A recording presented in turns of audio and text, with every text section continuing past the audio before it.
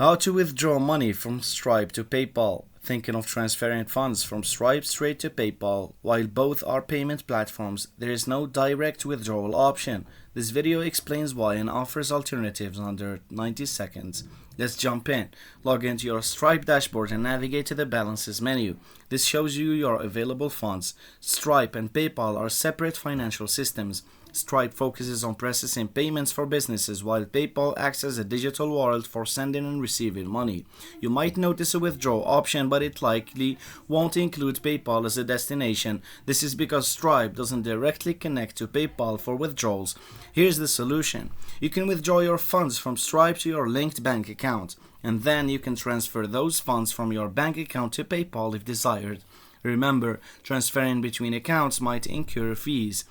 Check Stripe and your bank's policies to understand any associated costs. So, while a direct Stripe to PayPal transfer isn't available, withdrawing to your bank and then transferring to PayPal remains an option.